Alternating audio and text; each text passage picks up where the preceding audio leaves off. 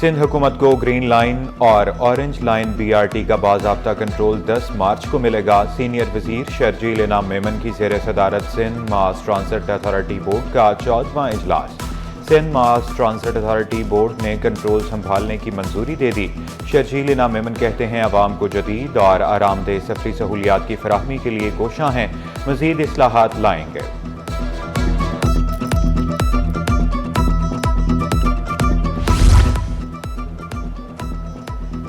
پہلا روزہ کب ہوگا؟ زونل کمیٹی کا اجلاس اب سے کچھ دیر بعد ہوگا۔ رویت ہلال کمیٹی کا مرکزی اجلاس آج پشاور میں ہوگا۔ چاند نظر آنے یا نہ آنے کا حتمی فیصلہ چیئرمین رویت ہلال کمیٹی مولانا عبدالخبیر آزاد کریں گے۔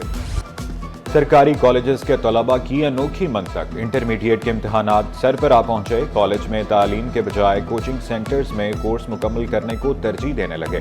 بیشتر طلباء کے کورس بھی اب تک نامکمل ہو سکے۔ سٹی 21 کا طلباء سے صبح کالج میں غیر حاضری پر سوال، طلباء کا نیند پوری نہ ہونے کا شکوہ۔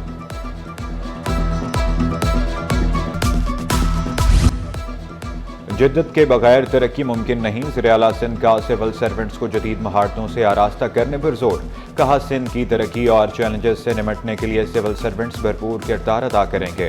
وزیراعلیٰ کا training management and research wing کے نئے دفتر کا افتتاح۔ افسران میں اسناد تقسیم، پیشہ ورانہ صلاحیتوں میں اضافے کے لیے تربیتی پروگرام اہم قرار دے دیا۔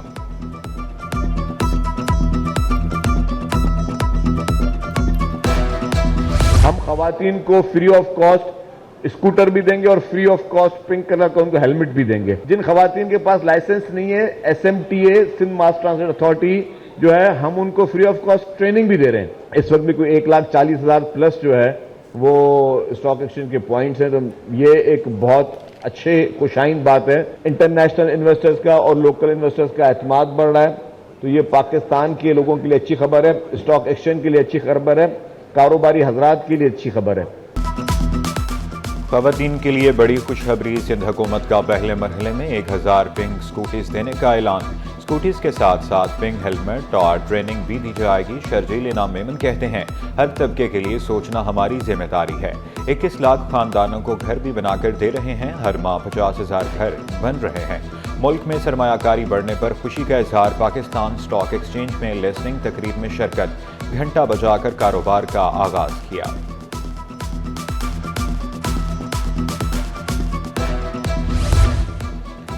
بجلی مہنگی اور مہنگائی بے لگام، جماعت اسلامی کا ملین مارچ کا اعلان۔ امیر جماعت اسلامی حافظ نعیم الرحمان کہتے ہیں حکومتی دعووں کے باوجود مہنگائی میں کمی کے بجائے اضافہ ہو رہا ہے۔ تعلیم کے ساتھ کھلواڑ کر کے تعلیمی نسل کشی کی جا رہی ہے۔ پیکا آرڈیننس اور سٹیل ملز کے 1200 ملازمین کو نکالنے کی بھی مذمت۔ کراچی کے سیف سٹی پروجیکٹ میں تیزی، پروجیکٹ میں آرٹیفیشل انٹیلیجنس کا قیام۔ ڈی جی سیف سٹی کے مطابق AI ٹیکنالوجی سے ہر قسم کے کیسز کو بآسانی حل کرنے میں مدد ملے گی۔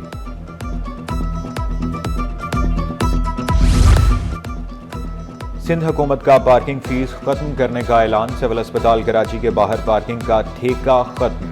مریضوں کے لیے ایک لائن پر مشتمل مفت پارکنگ کا آغاز۔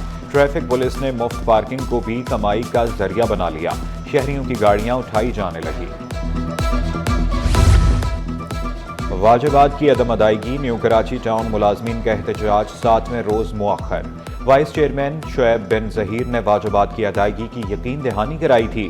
نائب صدر لیبر ونگ کی رمضان میں مطالبہ پورا نہ ہونے پر دوبارہ احتجاج کی دھمکی۔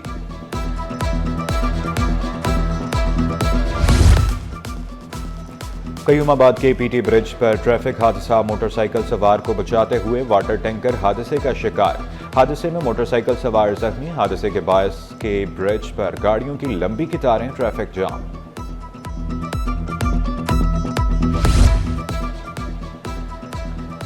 رہائشی علاقے میں کمرشل سرگرمیوں کے خلاف کیس، حکام کی جانب سے عدالت میں رپورٹس پیش، عدالت نے متعلقہ محکموں سے پیش رفت رپورٹ طلب کر لی۔ کیس کی مزید سماعت 20 مارچ تک ملتوی۔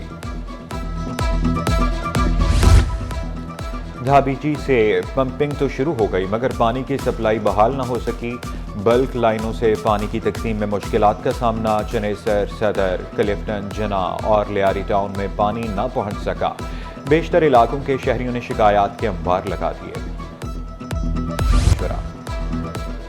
رمضان المبارک کی آمد روزمرہ استعمال کی اشیاء کی خریداری میں تیزی، جوڑیا بازار میں خریداروں کا رش لگ گیا۔ دکانداروں کا گزشتہ سال کے مقابلے دالوں اور چاول کی قیمتیں مناسب ہونے کا دعویٰ۔ زیادہ نفع کا لالچ مہنگا بھی پڑ سکتا ہے، منافع خور سوچ سمجھ کر ریٹ تعین کریں۔ منافع خور اب نہیں بچیں گے، ریٹ لسٹ آویزہ نہ کرنے والوں کے خلاف بھی سخت ایکشن ہوگا۔ ماہ رمضان میں ناجائز منافع خوری اور ذخیرہ اندوزی کی روک تھام کے لیے اہم اقدام۔ کراچی میں آن لائن شکایتی مرکز قائم، شہری واٹس ایپ پر شکایات درج کرا سکتے ہیں، شکایت پر فوری کارروائی عمل میں لائی جائے گی۔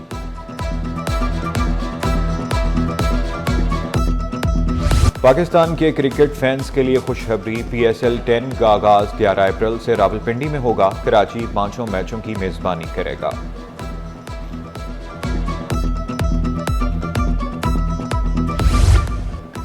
جامعہ کراچی میں ریٹائر ملازمین کی دوبارہ بھرتیوں، مالی بے ضابطگیوں کا انکشاف۔ جامعہ کراچی محکمہ انکوائری اینٹی کرپشن کے ریڈار پر آ گئی۔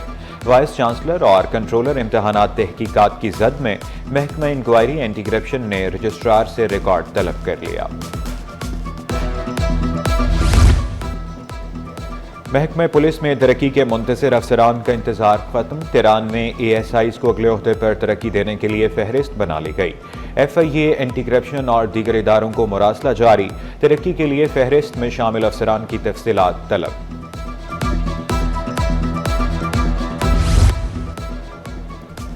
کراچی انٹر بورڈ کے نامزد چیئرمین نے نام واپس لے لیا۔ بریگیڈیئر ریٹائرڈ وسیم اختر کا نام واپس، نئی اسمبلی وزیر اعلیٰ سندھ کو ارسال۔ غلام حسین کو چیئرمین میٹرک بورڈ تعینات کرنے کی سفارش۔ زاہد حسین کا نام چیئرمین تعلیمی بورڈ سکھر کے لیے تجویز۔ خالد حسین کو لاڑکانہ بورڈ کے چیئرمین کے طور پر منتخب کرنے کی بھی سفارش۔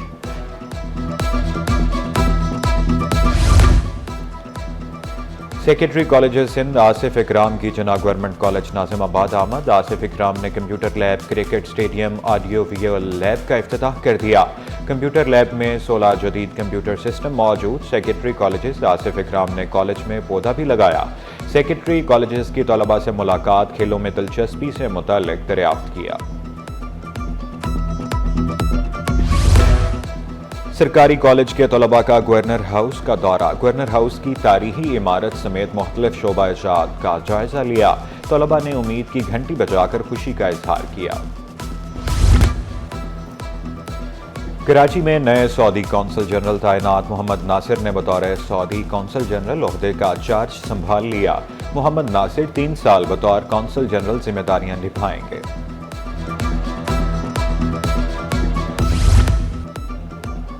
کیپٹل گین ٹیکس میں اضافے سے اسٹاک مارکیٹ میں نمایاں تیزی، 7 ماہ میں کیپٹل گین ٹیکس وصولی 82% کا اضافہ۔